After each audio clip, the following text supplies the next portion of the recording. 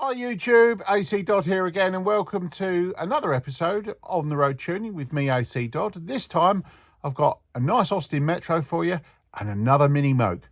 Let's get stuck in. So today we're in Guilford area and we got this nice City X Metro. Nice Survivor, lovely car. I think it used to be a 998, but now we've had a 1275 transplanted. So it's got all the usual refinements, a typical stage 1 type kit, HI 44 carburation with a sort of a cone type filter, 65D ignition. So let's go and speak to the owner and see why he's called us down. Okay, so this is Matt. Hello. All right, so why have you called us down today, Matt? So new engine, well I say new engine, an engine just thrown in very quickly. It's running, but obviously want it running as good as it can, but yeah. Okay, so has it got any particular driving issues or? It's okay, I've got it good as I can. It's still a little bit lumpy here and there, but obviously it can always be better. Okay, all right, well let's dig in, see what we can find. So digging into this Metro, we see everything on the ignition looks pretty good. The only issue we've got at the moment is the centrifugal advance curve in that 65D is very slow. So by 2000 revs we're only adding 2 degrees of advance, so we're a bit lackluster in that department. So we've got the plugs out, let's have a look at those. So number one being on the right hand side, we can see we've got probably a little bit of rich running. So this engine's up to temperature. So I would say we're just a little bit rich at idle, and then probably we're going to be lean when we drive it. But let's dig in further and see what we find. So just looking at those plugs there, you'll see that we've got that usual colour where the two centre ones are a bit richer than the outside. Effectively what was on with this one is the mixture screw was one turn too far rich, so I had to back that off. So that was the main issue here. There was just literally too much fuel going through the engine. So let's move on now and look at the distributor. So got the Dizzy out, so that's the one out of the car, and we're going to change the bottom half, which I obviously carry with me. So let's get this apart and then we can see what the differences are. So got the top off, and we can look inside that one. Now that's the one that came off the engine. So if we just look in there, it actually says, if I'll just zoom in, you can see that says 11.5. If you look at that one, that also says 11.5. But the difference is the springs. So if you look at that one there, we've got a very light primary spring, and on this one, the original one, we've got a great big heavy one, and the secondary spring is even heavier. Whereas this one, light on that one, and then it's a much lighter secondary spring. So basically the advance on the new one comes in a lot sharper, and it's fully advanced at under 4000 revs, which is kind of ideal for most road applications. So got the spring out, and yeah, just checked the fueling, and we're a little bit lean across the rev range, but I'm not surprised because we just looked at the red spring that's in there and she's collapsed. So we're going to put a brand new red spring in, and then we'll start the process of calibration. So one of the reasons that these engines are typically running leaner is that the carb springs now, where they've been in the engine for 30 or 40 years, they're a spring and they relax over time because of the fatigue of the material over that particular time period has an effect on the spring. So the rate drops and the pressure on this piston reduces, and therefore the depression reduces over the jet and it pulls off less fuel. So one of the things that you should do when you come out to actually do a tune-up is you should check the spring, and if the spring's showing signs of sagging, which 95% of the cars that I come out to are like that, even ones that have been rebuilt because they're not always changed, is to fit a new spring. So that's what obviously I'm doing here to restore that load on the piston to make sure that the depression's where it needs to be to work properly with the needle that we're going to now profile. So we've had to have quite extensive modifications to the BDK needle that's in it. So it was very lean from basically 2000 all the way up. So I've had to take quite a bit off the needle to actually correct that. So I've done that now, so hopefully this will be good to go. So we've got this little Metro all dialed in. In the end, we changed the bottom half of the Dizzy. So we've got an ACDodd recurve bottom half in there. Everything else on the Dizzy was working fine. I used the original spark plugs, but I did change the leads because we had 8k resistance in those. So moving on to the carburetor, I kept the original oil, which was fantastic. Which is actually, this is using the SU20 weight. I changed the spring for a new red one, and then I reprofiled the original BDK needle, and yeah, she's on the money.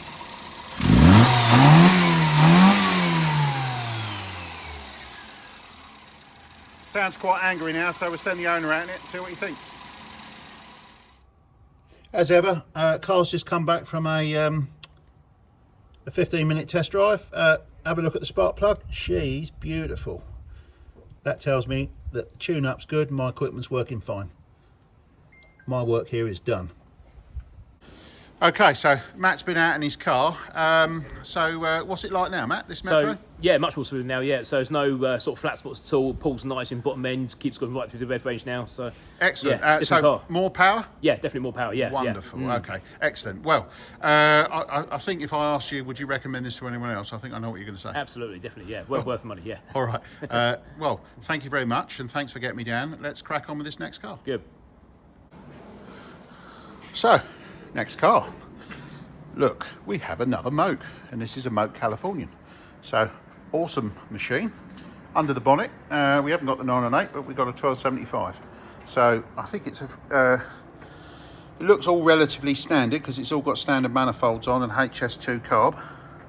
So, although the cylinder head looks like an A+, so I think it's a bit of a mixed bag, but it's probably a bundle of fun. So, let's dig in, see what we can find.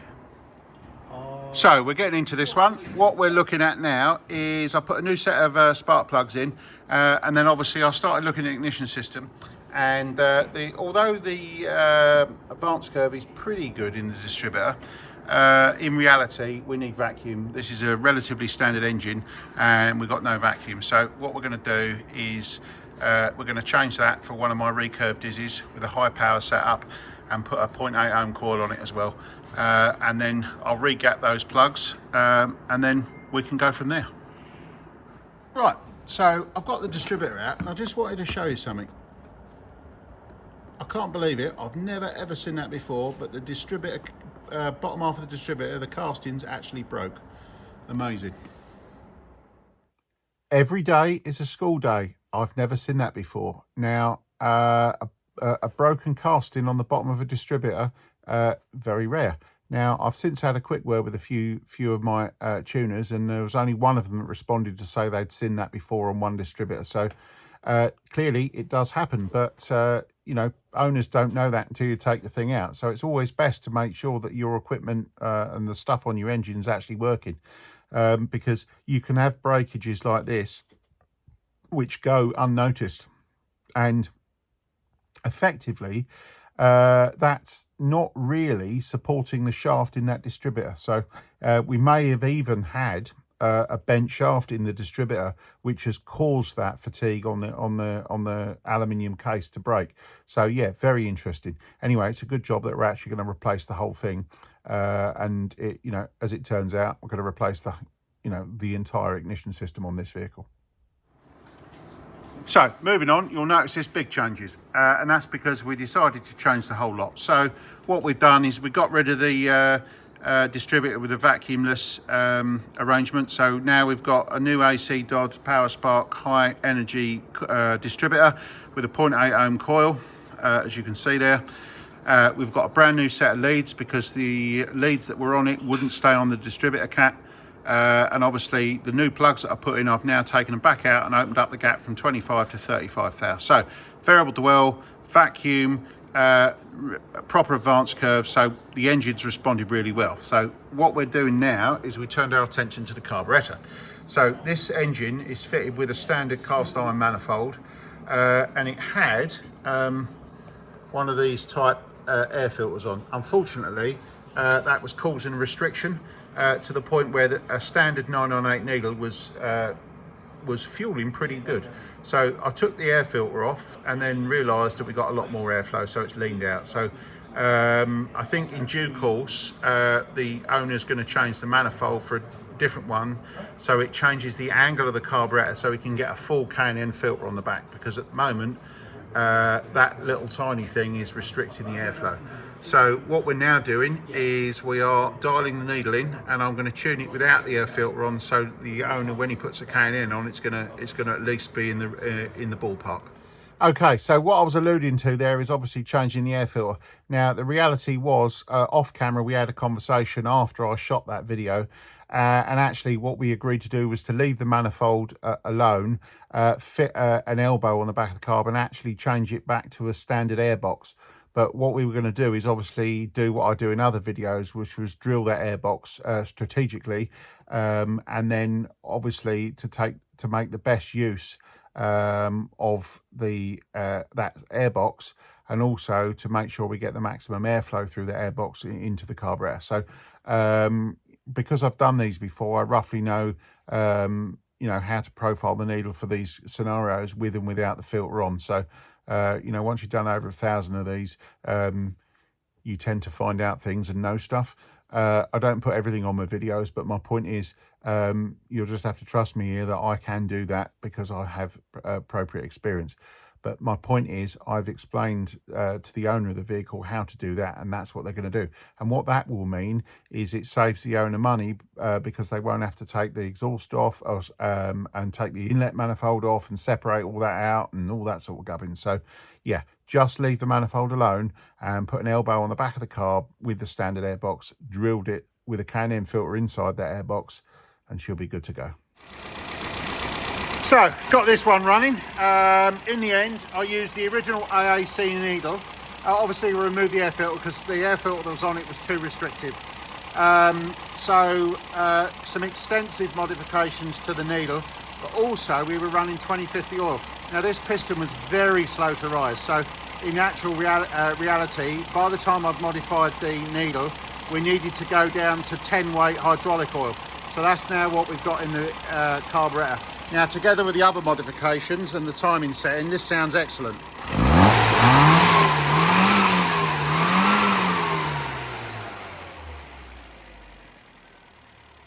So I'm going to let the owner go at it, and I'm sure he'll find that much better.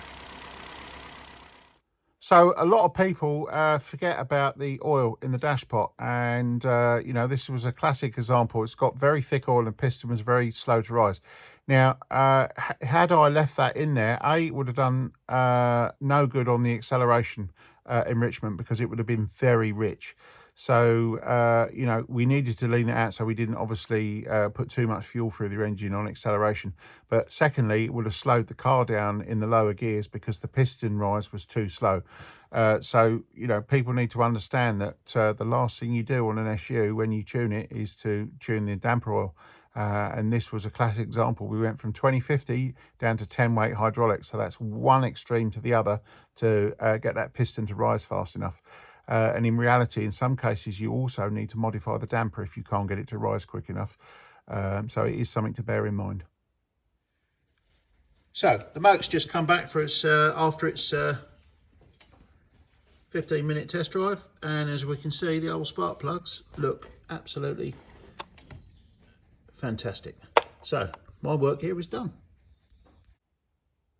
The owner went out for his test drive and he was extremely happy with the performance turnaround. That engine was quite lackluster when I first started work on it, but obviously at the end it transformed. And he was, you know, he said the usual sort of night and day performance difference. But there is one thing worth mentioning. This is a guy that doesn't drive hard. So he said he very rarely gets over sort of 3,500 revs. So he you know, he was interested in the part throttle drivability, the torque. And obviously because we'd increased the vacuum, it was very responsive. So the important thing to understand here is not every owner wants the same thing. You know, they're interested in driving the car driving well the way they like to drive it. So not everybody wants to go racing.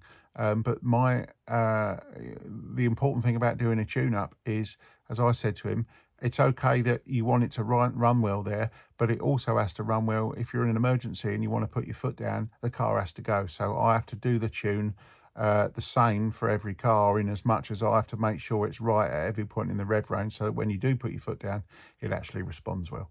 But as I say, he was very happy with the work that we did on that car. As ever, please like, subscribe and share these videos, and I'll see you soon on the next one. Thank you very much.